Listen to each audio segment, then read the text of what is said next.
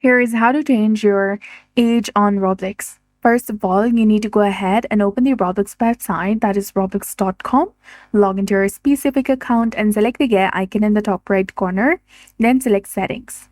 And you should see your age group and your birthday over there. To change age group, if it says, did we get your age group right? Select reset.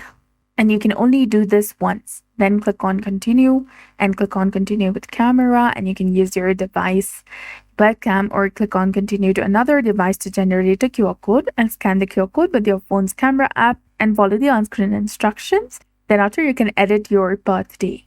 Enter the correct birthday and click on continue and go through the ID verification process and you'll be done. So that's it. I hope you found this video helpful. If you did, please like, share, and subscribe. Thanks for watching. We'll see you again in the next one.